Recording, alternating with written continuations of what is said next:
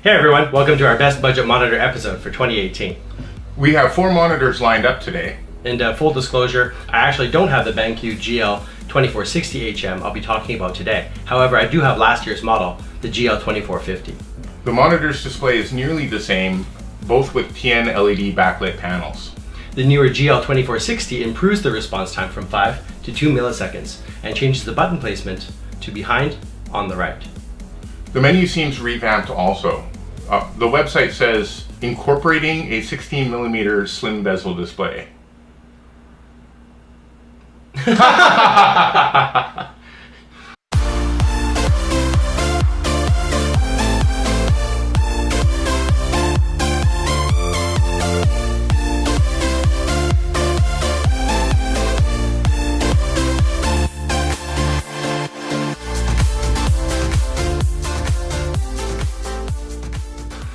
So we passed the 1,000 subscriber mark, so we'll be announcing our giveaway for hitting that milestone in our next episode. So thank you all to our viewers for subscribing. Alright, so on to the review. This review is divided into 3 sections: the screen, build quality, and features. Okay, so let's start off with the screen. Panel types, so Asus has got VA, HP has VA, Acer's got IPS, and BenQ has the TN panel. For millisecond response time, we have Asus at 5 milliseconds, HP at 7, we have Acer at 4, and BenQ at 2 milliseconds. Brightness, they're actually all the same at 250 candela, but which seems brighter? I would have to say that the Acer came in. Yeah, I like the Acer and Asus panels are pretty nice and bright. Well, I would say that the HP had an enhancement on the bright, but the problem is that it sort of looked like it was washing the colors a little bit. Yeah, it was whereas like with the Acer, the colors were still rich, very deep, yeah. Well defined, but you still had the brightness in the picture. Yeah, that's true. Viewing angles are very similar. Asus, HP, and Acer all have 178 by 178. I didn't notice too many color shifting when I'm looking from the sides, but I wasn't especially viewing the panels from the angles like that, working in front of it. But BenQ's a little lower at 170 and 160 for horizontal vertical. Yeah, for me, I'd actually set the monitors up as a secondary monitor to my laptop and was sitting there compared, so I actually did have the monitors sitting at a bit of an angle, and I'd swivel back and forth when testing. And did you notice any difference for the viewing angles or colors? Nothing dramatic. Picture quality and colors. Yeah, I like the picture. That it was crisp on all of them. As we mentioned before, the HP was a little less for the color. Yeah, well, the HP, if I were to sort of describe it, I would say it was matte, like a painting, as opposed to having like that, again, the richness of color that you would say find in a high quality photo. Yeah, especially if you're doing gaming or watching media and stuff, maybe you'd want to either put that on in the ACR mode that we discussed in the previous episode, or maybe look at a different monitor for that. Because the HP is good for just if you're doing document editing or doing code or casually watching some media, it's fine for that. Well, I mean, even certain types of games, depending on what the art style and the texture is of the actual game itself. Like if you go back to Borderlands 2, which I believe was what you used in the test, that has a very sort of comic book feel to the art direction. Cell shaded. Right. Yeah, that's true. Yeah. So I mean, and I did comment on those videos too that because of the art style, the colors maybe didn't show off the monitor as much, but I did try other media with that as well. Just I didn't want to get into copyright stuff, So. Okay, so build quality. Tilt specs. No swivel, no height adjustment. Yeah, there's no swivel or height adjustment on all these. It's kind of common for budget monitors not to have any of that, but the tilt's kind of necessary. Well, there's also plenty of accessories that are, cheap and easily available that would allow you to, raise the level of your monitor. So That's true, and the couple points down, we have that all these monitors do have VESA mounts. They're all 100mm VESA mounts, so that's an option in case you want to position it or tilt it somehow. You can just use a VESA mount, as to be expected with a budget monitor. Yeah. All these are basically the same. Asus, Acer, BenQ are all -5 to 20 degrees. HP is a little less and a little more. It's -4 to 22 degrees, so just a little different.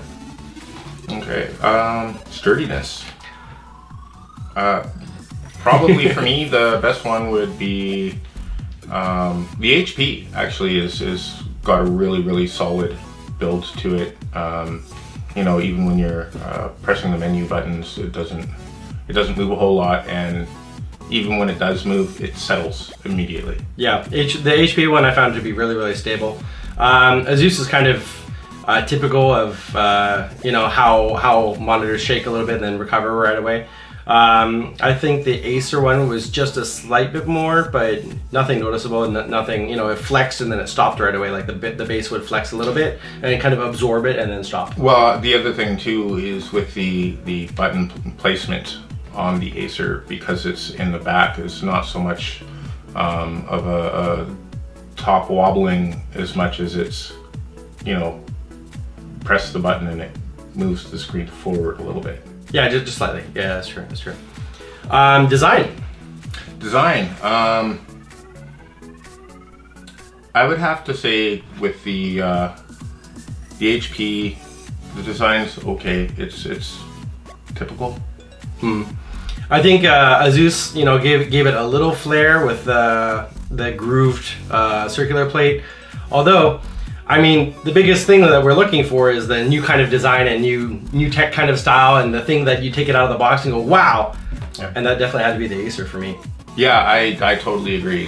The Acer, just very slick, very stylish. I actually like the finish on the bezel. Yeah, it's very subtle, but it looked like a metallic front panel. What did you say to me after you tested it out? I forgot. You're like, I love this, or something like no, that. Right? No, definitely sweet. Like out of all of the monitors that we tested, that was the one I'm like, yeah, I could see that, in my room. Please take a moment to like this video, and if you like what you see, then please do subscribe and click the bell icon to get notified when I upload new content. Okay, so for features, all the monitors that we're reviewing, they all have HDMI and D-sub or VGA inputs. Okay, the HP and the BenQ both have DVI as well. And I'm a really big proponent for these inputs because it provides versatility and options. What if you're already using an HDMI, you need to use a DVI cable because graphics cards, most of them only have one HDMI. Yeah. So it provides some versatility if you need to use a separate kind of connection and or cable. Well, I've run into that problem multiple times in the past. You need extra monitors, and you have nowhere to plug them in. Yeah, what if you need to work like right now and you only have a DVI cable? Then at least you have that option.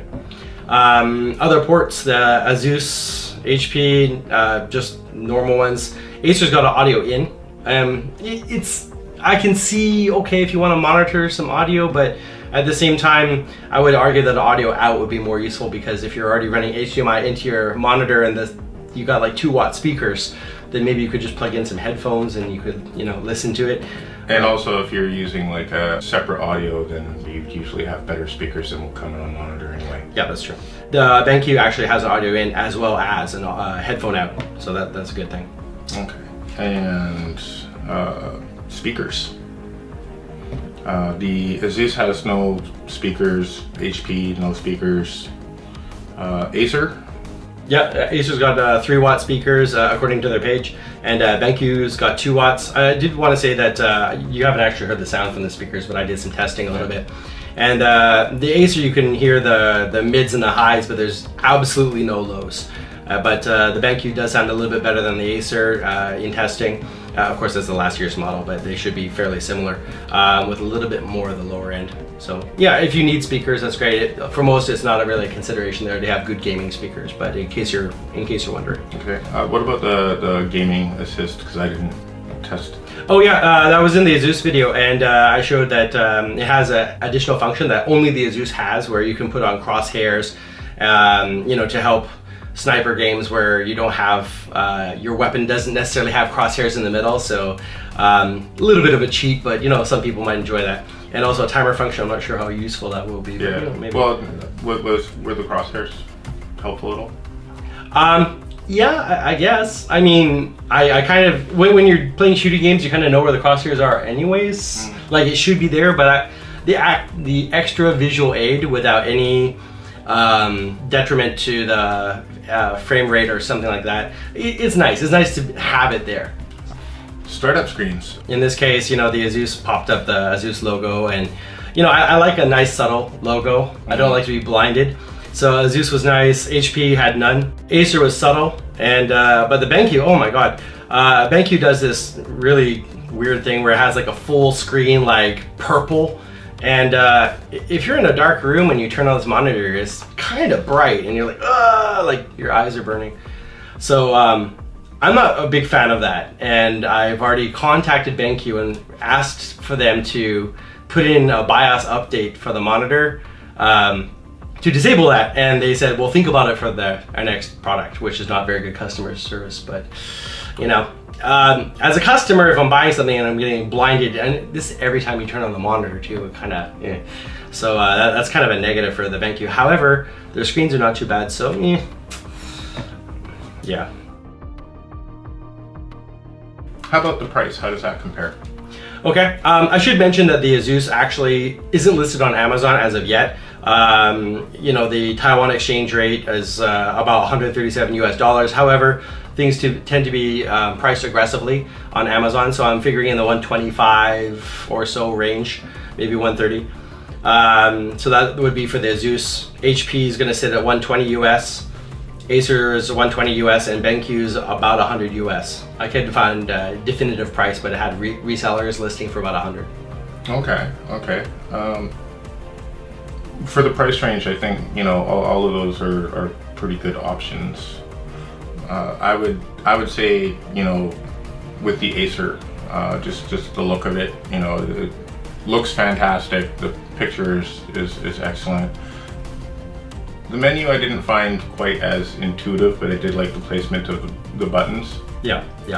For me, it's difficult because I mean, I understand, like we talked about this before our show too, and I understand the reasoning behind it, and I also see the other side of it where, you know, you have buttons on the back side of the screen, you can't really see it, so if you hit any one of them, then it pops up a menu layer, and then you can figure out which buttons you need to hit from there.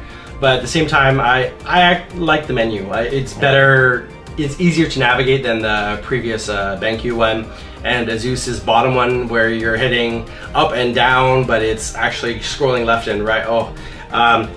I think they're fixing it now for this revision, but I'm not really happy with those menus. But yeah, for me, I think overall, I think the Acer is probably the best bet for this. I would have to agree with that. Yeah. Plus, you know, physically it takes up less room because you don't have all that bezel around the sides. And I mean, it's 2018. You have large companies releasing big, you know, almost borderless screens, and the budget market hasn't caught up yet for the most part, except for one. So yeah. Well, I believe even when we went to the technology show, one of the things we saw was actually a completely borderless screen, it all mounted from the back. Yeah. That's right.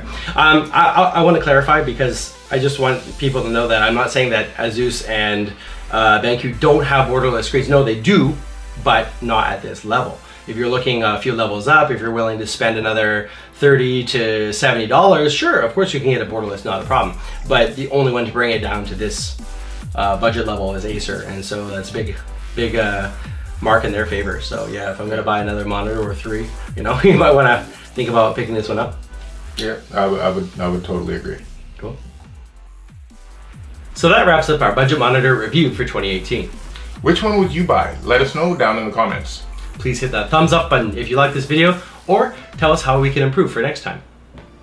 To see more videos like this, please do subscribe for new content. And be sure to click that bell icon to get notified when we put up a new video. We check the comments and do try to respond to most. So if you have a question or if we missed something, then please do tell us down below. And let us know what you'd like to see next. Thank you all very much for watching and see you again soon. Bye for now.